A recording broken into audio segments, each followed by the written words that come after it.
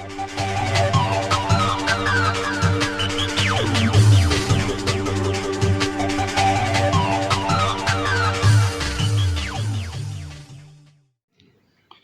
jadi saya baru aja nyuci rangkanya blade, kemudian ya udah kering sih, cuman ya ada bekasnya sisa. Dari sini saya kepikiran sih, ini motor ada kurang lebih 4 tahun saya taruh di pekarangan, kehujanan, kepanasan, kerendam air, makanya sampai mesinnya macet waktu itu. Tapi coba lihat, dalam waktu 4 tahun semua karatnya cuman superficial, cuman ada di permukaan, ya kan? Ini nih, glossnya bahkan masih ada, ya kan? Ya bodinya hancur, cuman ya kan, nggak ada satupun part yang keropos. Oke, mungkin kalau ngomong blade, biasanya penyakitnya ada di sini. Biasanya, nah ini yang waktu itu saya bilang, uh, ngomong soal blade sebentar. Jadi kesalahan dari desain blade, saya rasa mungkin ada beberapa mungkin yang alami kasus. Jadi tangki ini lipatannya nggak rata. Jadi bentuk cetakan rangka ini nggak rata. Jadi tangki ini dikempit sama baut. Nah, seiring waktu karena chassis itu gerak, frame itu gerak dan ngeflex dan lain sebagainya, welding spot di sini pasti kalah. Jadi ini dulu tangkinya pernah sobek, makanya saya cat saya cat warna epoxy. Saya tunjukin bawahnya. Ya kan? Motor ini lebih dari 4 tahun ada di pekarangan dan nggak keropos sama sekali. Ya kan? Coba lihat sini. Ini motor umurnya hampir 30 tahun dan ya kan? Nggak ada karat, nggak ada keropos. Coba yang ini. Ini juga malah hampir 1 tahun saya taruh di pekarangan terbuka. Ya, mulai muncul keropos ya. Main ada di permukaan.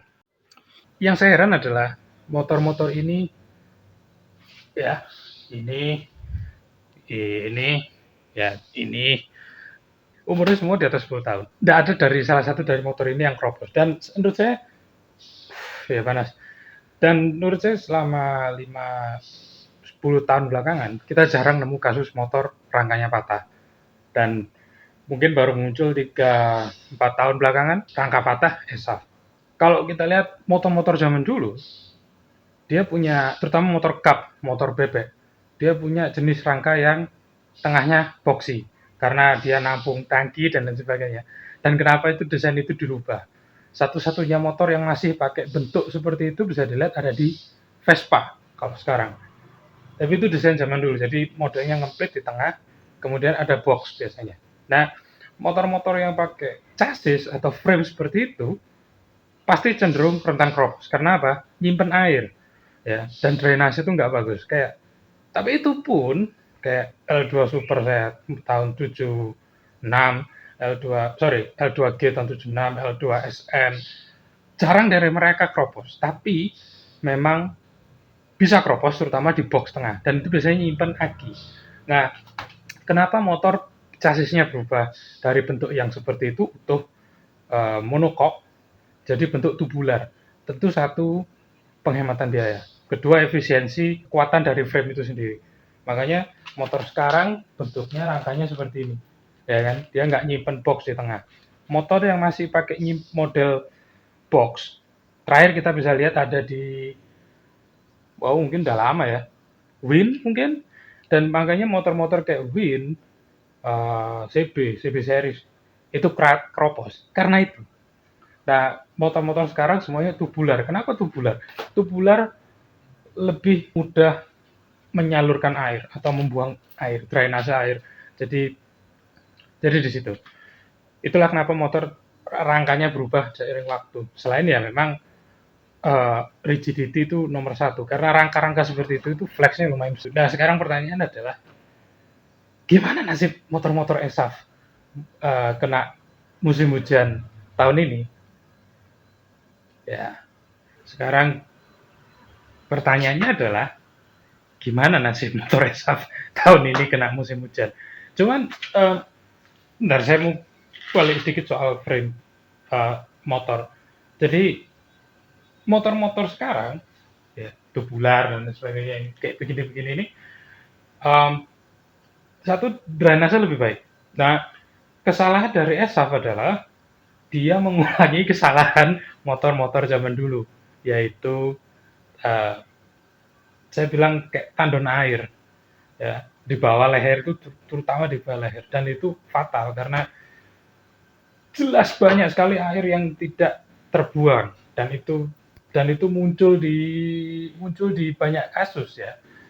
Nah, um, itu yang saya mau bilang soal frame. Makanya kenapa motor-motor sekarang frame-nya berubah dan saya nggak habis pikir kenapa Honda pakai desain kayak begitu lagi. Ya tentu motor-motor klasik Honda CR kalau nggak salah ya CR 125 atau apa itu masih pakai desain motor zaman dulu. Ya, ya memang karena tujuannya retro klasik, tapi bukan dibuat sama AHM. Nah kesalahan dari AHM adalah dia memang dengan sengaja pakai plat lebih tipis. Itu permasalahannya ada di situ. Secara desain sebenarnya SF itu bagus. Saya cuma nggak habis pikir sih kenapa Honda mau pakai rangka kayak gitu sekarang.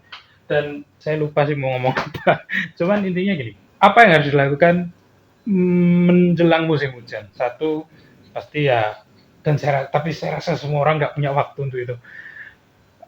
Jaga kebersihan motor. Ya. Rajin nyuci, minimal rajin nyuci. Kalau nggak punya waktu bongkar ya, nggak usah dibongkar. Biarin. Oh, udah beli gimana? Ya gimana lagi, terima nasib ya. Toh ya nggak semuanya propos. Dan ya jadi ya itulah. Pertanyaan balik, gimana nasib motor esaf akhir tahun ini karena musim hujan. Jadi ya itulah.